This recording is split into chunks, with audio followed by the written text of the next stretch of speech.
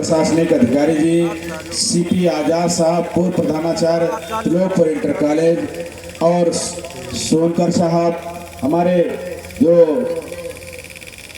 अनुज हैं, विद्वान अधिवक्ता उत्तम कुमार जी, आदरणीय पूर्व प्रधान पलटूराम गौतम साहब, यहाँ पर मंच पर मंचासीन प्रबुद्धजन, सामने बैठी हुई हमारी माताएं बहनें, नन्हे मुन्ने बच्चे, पिता तो बुजुर्ग, नौजवान साथी, मुकेश कुमार जो टिकैत नगर के हैं, और सभी साथियों को हृदय की गहराइयों से 14 अप्रैल डॉक्टर वी.आर. अम्बेडकर की जयंती की हार्दिक शुभकामनाएं। और आप इस प्रांगण में आए इसलिए आपका स्वागत, वंदन, अभिनंदन। आज डॉक्टर वी.आर. अम्बेडकर जयंती समारोह है और आज नहीं, ये महीनों महीनों चलेगा। 14 अप्रैल से स्टार्ट होता है और 14 मई तक, जब तक हम कब से कब मनाते हैं, रविदास जयंती शुरू होती है 14 अप्रैल तक जो है रविदास जयंती को मनाया जाता है। रविदास जयंती जाती है और 14 अप्रैल हमारे घर आ जाता है। 14 अप्रैल बुद्ध पूर्णिमा तक मनाया जाता है और बुद्ध पूर्णिमा तब तक चलती है जब तक ईवी रामास्वामी पेरियार ललई सिंह यादव की जयंती नहीं आ जाती है।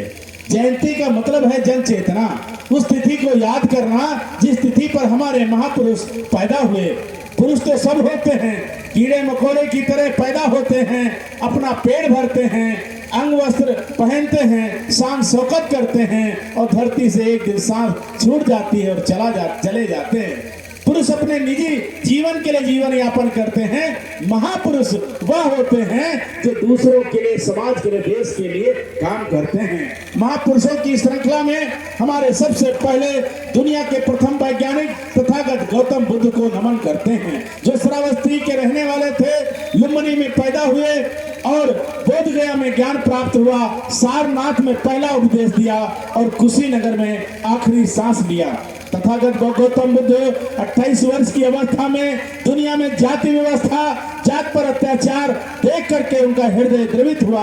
उन्होंने गृह त्याग दिया और गृह त्याग करके इस दुख का, दुनिया में जो दुख था उस दुख के कारण के निवारण के लिए निकले। 7 वर्ष तक लगातार प्रयास किया, तब जो है बोध हुआ कि दुनिया में दुख है, दुख का कारण है, कारण का निवारण है, निवारण का उपाय है। दुख क्या है? दुख गरीबी है, अशिक्षा है, अंधकार है, अंधविश्वास है, भोग है, आडंबर है। इससे मुक्ति के लिए हमको 3 रास्ते दिए कि हम शिक्षित हों, धर्म की ओर जाएं, संगठित रहें, लक्ष्य की ओर संघर्ष करें। ये तथागत बुद्ध ने दिया। 5 जो है परहेज बताए कि हम अकारण किसी प्राणी की हिंसा न करें, चोरी न करें, व्यभिचार न करें, झूठ न बोलें और कच्ची पक्की शराब से दूर रहें। ये बुद्ध के संदेश थे।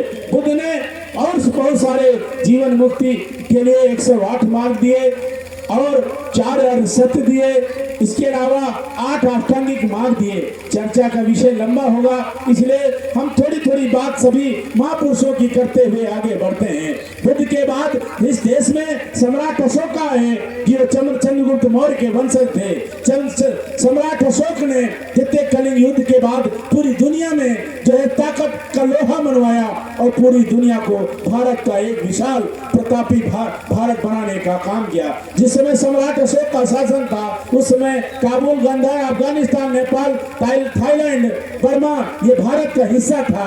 आज वो भारत के से बाहर हो गया, बर्मा बाहर हो गया, म्यांमार बाहर हो गया, अफगानिस्तान बाहर हो गया, थाईलैंड बाहर हो गया। इतने देश भारत से बाहर हो गए जब बुद्ध का संदेश भारत की धरती से जो है गायब हुआ। बुद्ध जो है सम्राट अशोक के आखिरी जो है वंशज बृहदत्त मौर्य की हत्या हुई।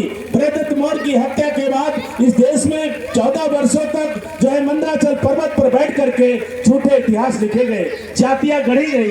चमार, पासी, नटकंजरिया, कुर्मी, काची, हेरिया, तेली, तमोली, नाई, भुज्जी, कहार, साक्षेनी, मौर्य, कुशवाहा, इस तरह की भिन्न भिन्न जातियां बना करके एक दूसरी जातियों से कमतर बता करके, एक दूसरी जातियों को श्रेष्ठ बता करके उसमें जो है वैमनस्यता पैदा कर दिया, ऊंच नीच की भावना पैदा कर दिया।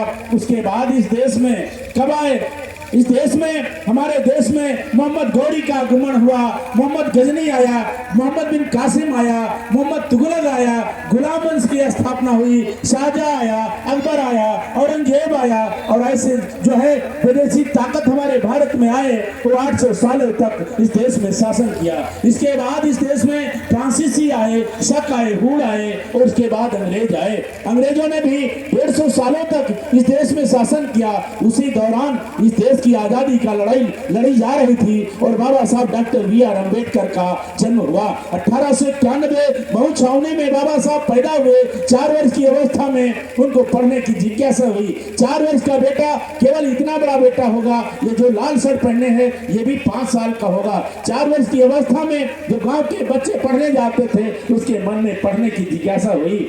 उसने अपनी माँ से जिद किया, माँ मैं भी इन बच्चों की तरह पढ़ने जाऊंगा, मैं भी बस्ता लूंगा, मैं भी कपड़ा पहनूंगा, मैं स्कूल जाऊंगा, मुझे पढ़ने जाना है। माँ के बच्चे के जिद के आगे माँ नतमस्तक हो गई, बाप नतमस्तक हो गए, और एक अंग्रेज के हस्तक्षेप के बाद, अंग्रेज से विनिमय करने के बाद उनको जो है 4 शर्तों के आधार पर उस जो है स्कूल, अंग्रेजों की स्कूल में दाखिला हुआ।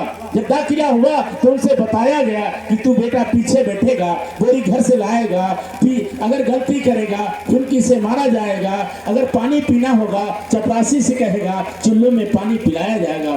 4 वर्ष की बच्चे की मन में पढ़ने की जिज्ञासा थी। वो यातनाएं जो है वो चुनौतियों को स्वीकार किया, शर्तों को स्वीकार किया, सबसे पीछे बैठा, सबसे पहले आया, सबसे पहले गया, और जब गलती किया तो धमकी से मारा गया। एक दिन जब प्यास लगी तो पानी पी लिया तो लहू लुहान कर दिया गया, पीट पीट करके।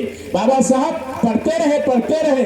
जब हाई स्कूल इंटर की परीक्षा पास किया तो पूरे भारत उत्तर जो उनका महाराष्ट्र था, उस महाराष्ट्र में नंबर 1 पर नंबर आया, पूरे प्रदेश में नंबर 1 आए। BBC लंदन ने जो है आवाज लगाई कि एक अछूत समाज, चमार समाज, महार समाज का लड़का पूरे प्रदेश में स्कूल से बाहर बैठ करके प्रदेश में नंबर 1 आया। जिसको इस भारत की व्यवस्था में पढ़ने को अधिकार नहीं था, वो पूरे प्रांत में नंबर 1 पर आया। कुर्मी राजा शायद गायकवाड़ ने उनको बुलवाया, शर्तों के आधार पर विदेश पढ़ने भेजा। बाबा साहब विदेश में पढ़ाई कर रहे थे। उसी दौरान बाबा साहब का लड़का रमेश खत्म हो गया, बाबा साहब की लड़की हिंदू खत्म हो गई, बाबा साहब का गंगाधर खत्म हो गया। जिस समय गंगाधर खत्म हुआ उस समय बाबा साहब लंदन में पढ़ाई करके वापस आ रहे थे, वापस घर की तरफ बढ़े। इसी तरह भीड़ लगी थी, एक तरफ महिलाएं बैठी थी, एक तरफ पुरुष बैठे थे। भीड़ को चीरते हुए बाबा साहब आगे पहुंचे। आगे जब पहुंचे वहां पर देखा एक लड़के की लाश पड़ी है, उस पर चादर पड़ी है। वहां पर बैठी औरतों ने चेहरे से जैसे चादर हटाई। बाबा साहब खाने के लिए जो सामग्री लाए थे बच्चों के लिए, बच्चे अपने पेटे के पास लाश को देख करके टूट गए, हाथ का पुपा गए, जो खाने की सामग्री थी गिर गई। बाबा साहब अपने बच्चे गंगाधर के पैर के पास बैठकर रोने लगे कि जिस बच्चे के लिए मैं खाने के लिए बिस्किट्स और काफी खाद्य सामग्री लाया, वो बच्चे की लाश देख रहा हूँ। थोड़ी देर बैठे, अंदर गए, अंदर से बाहर आए। जिम्मेदार साथियों ने कहा, अम्बेडकर कुछ पैसे दीजिए, कफन की व्यवस्था की जाए। बाबा साहब पढ़ने गए थे, कोट पैंट की जेबों में हाथ डालते हैं। बाबा साहब के पास पैसे नहीं थे। अंदर जाते हैं, अपनी पत्नी के कंधे पर सर रखकर रोने लगते हैं कि रमा मैं कितना भागा, पिता और पति हूँ कि अपने बच्चे को कफन देने के लिए पैसे नहीं। रमाबाई अम्बेडकर समझाती है, आप पढ़ने गए थे, आप कमाने नहीं गए थे, कोई बात नहीं, कफन की पैसे की नहीं है। उन्होंने पुरानी साड़ी में गंगाधर को लपेट कर दिया, अल्प बच्चे को अपने भुजाओं पे रख करके आगे आगे गए, पीछे भीड़ गई, दफन करके लौट कर आए। बाबा साहब जब लौट करके आए तो कहा, रमेश खत्म हुआ, गंगाधर खत्म हुआ, हिंदू कहाँ है? बाबा साहब की पत्नी पैर पकड़ के बाबा साहब को रोने लगी। बाबा साहब को रोने लगी, कहने लगी, जिस समय आप पढ़ाई कर रहे थे वो आपने चिट्ठी लिखा था कि जो राजा ने पैसे दिए हैं, मैं भूखे रह के काम चला रहा हूँ, किताबें खरीद लिया है, एक ही टाइम भोजन करता हूँ, मैंने आवारा पशुओं के गोबर से उपले बेच करके हिंदू के दवा के लिए जो पैसे रखे थे, आपकी चिट्ठी आते ही पैसे भेज दिया। जब पैसे भेज दिया, दवा के अभाव में हिंदू खत्म हो गई। बाबा साहब जो है रोने लगे। बाबा साहब की पत्नी रोने लगी, कहा कि धन है तुम जैसी पत्नी, त्याग मूर्ति पत्नी, जिसने इतना सब जो है कष्ट सहा लेकिन शिकायत नहीं की। बाबा साहब जो है शर्तों के आधार पर कुर्मी राजा शाहू जी गायकवाड़ के नौकरी करने गए। उनको फाइल दूर से फेंकी गई, उनको पानी के लिए दूसरे गिलास में पानी दिया गया, उनके साथ जो है बड़ा भेदभाव हुआ। उनके 1:30 बजे रात को वहाँ के साहूकारों ने, जमींदारों ने, उन 150 लोगों ने जो सामान फेंक दिया। बाबा साहब पेड़ के नीचे अपने सामान के साथ बैठे रोते रहे कि मैं 14 भाषा का ज्ञाता हूँ, 32 डिग्रियां हैं, राजा का नौकर हूँ, मेरे साथ ये यात्राएं, हमारे चमारपासी कुर्मी काछी के साथ क्या यात्राएं होती होंगी, अनपढ़ लोगों के साथ क्या यात्राएं होती होंगी, किसानों के साथ ये क्या यात्राएं होती होंगी। उसी पेड़ के नीचे बाबा साहब ने संकल्प लिया कि यदि मुझको ऐसी व्यवस्था बनाने का मौका मिला तो मैं अपने लोगों के लिए इतना अधिकार देकर जाऊंगा, इतना रास्ता बनाकर जाऊंगा कि हमारे लोग भी शहरों में बड़े बड़े मकान बनाकर रहेंगे। उसी की बदौलत बहुत सारे लोगों ने पढ़ाई किया, आगे बढ़े, कोई डॉक्टर बना, कोई वकील बना, कोई बैरिस्टर बना। आज बाराबंकी जाइए, आज लखनऊ जाइए, आप दिल्ली जाइए, हमारे समाज के लोगों के बड़े बड़े मकान हैं। ये बाबा साहब के उस दिन के संकल्प दिवस के दिन संकल्प लिए हुए व्यवस्था की वजह से है। बाबा साहू जी गायकवाड़ के पास जाते हैं, व्यवस्था बताते हैं। शाहू जी गायकवाड़ उनको माफ कर देते हैं, कर्जा जाओ, माफ किया, ये धार्मिक व्यवस्था को बदलने का तुम्हारे ऊपर जिम्मा है, आगे पढ़ाई करो। दूसरे राजा शाहू जी महाराज जो कोल्हापुर के राजा थे, उन्होंने अधूरी पढ़ाई पढ़ने भेजा। बाबा साहब पढ़ करके आए, महार तालाब आंदोलन किया, कालाराम नासिक मंदिर आंदोलन किया, और उस आंदोलन के बाद वो सारे दस्तावेज तैयार करके 1930 और 32 गोलमेज सम्मेलन के लिए, हमारे अधिकारों के लिए रवाना हुए। जिस समय बाबा साहब लंदन के लिए रवाना हो रहे थे, राज रतन की लाश पड़ी थी। बाबा साहब अपने बच्चे की लाश को छोड़ करके चले जाते हैं, हमारे लिए अधिकार लेकर आते हैं। आने के बाद 2 वर्ष 11 माह 18 दिन में संविधान हमको देकर गए। हमको शिक्षा का अधिकार, हमको नौकरी का अधिकार, हमको रोजगार का अधिकार, हमको समता का अधिकार, समानता का अधिकार, न्याय का अधिकार देकर गए। अब 70 साल हो गए कि हमने अपने बच्चों को पढ़ाया, क्या हमने बच्चों पर चिंतन किया, क्या हम नौकरी की ओर बढ़े, क्या वे व्यापार की ओर बढ़े। और यदि हमने नहीं बढ़ा तो 70 साल बहुत होता है। 70 साल में 3 पीढ़ियां हो गई।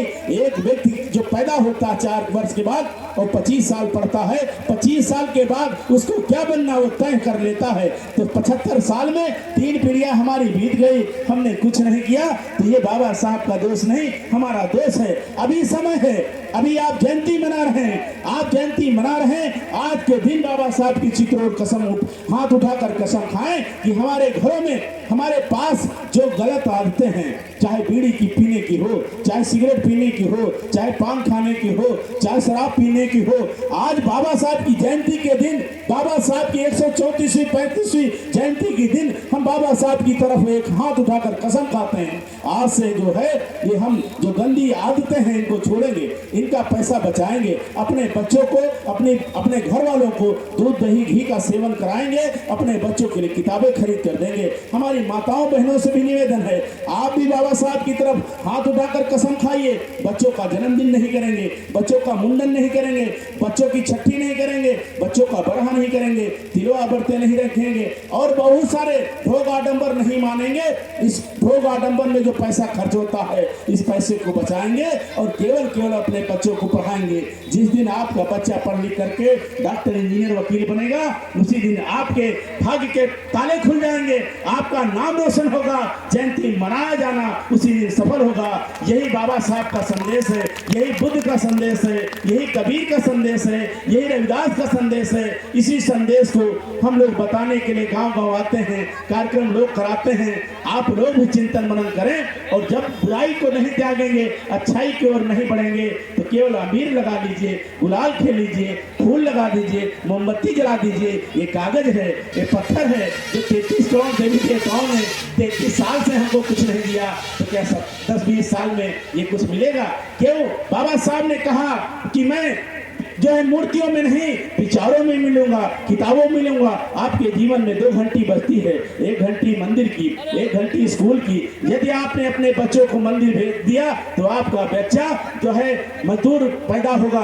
यदि आपने जो है स्कूल भेज दिया तो डॉक्टर, इंजीनियर, डीएम, एसडीएम पैदा होगा। तभी तो इस देश की प्रधानमंत्री आदरणीय इंदिरा गांधी ने कहा था, बाबा साहब न होते तो मुझ जैसी महिला को प्रधानमंत्री बनने का अवसर प्राप्त नहीं होता। कौन कह रहे? इस देश की ताकतवर डॉक्टर इंदिरा गांधी कह रहे हैं, इस देश के नरेंद्र दामोदर दास मोदी ने भी कहा, यदि बाबा साहब न होते तो मुझे जैसे तेली बिरादरी को जो सुबह देखकर रास्ता काट जाते हैं, उस व्यक्ति को भी प्रधानमंत्री बनने का अवसर प्राप्त हुआ तो डॉक्टर अंबेडकर की देन है। हमारे देश के द्रौपदी मुर्मू ने भी कहा doctor Ambedkar is my God, और हमारे रामनाथ कोविंद ने भी कहा कि बाबा साहब न होते मुझ जैसे कोई बिरादरी को भी राष्ट्रपति बनने का अवसर प्राप्त न होता। जो ताकतवर हुआ, जिसने पढ़ा वो जाना बाबा साहब का महत्व, और जो नहीं पढ़ा तो वो भी कहता है। कुछ लोग कहते हैं बाबा साहब चमारों के नेता हैं, मैं कहता हूं बाबा साहब इस भारत के और दुनिया के शोषितों के नेता हैं। दुनिया के लिए उन्होंने संदेश दिया, इसलिए 67 देशों में बुद्ध बाबा साहब की जयंतियां मनाई जाती हैं। अभी हमारे चंद्रशेखर भाई अमेरिका गए थे, 10,000 लोगों को वहां बाबा साहब की जयंती में उन्होंने प्रबोधन दिया। बड़ा अच्छा लगा कि करोड़ों की गाड़ियों से उतरे और जो है बड़े और जो है सेमिनार में जाकर संबोधित किया। तो इसलिए ये बाबा साहब आपके गांव नहीं पूरे भारत में मनाए जा रहे हैं। बहुत बहुत धन्यवाद। मैं अपनी वाणी को यहीं पर विराम देते हुए आपको से अलविदा लेता हूं। जय भीम, जय भारत, नमो बुद्धाय।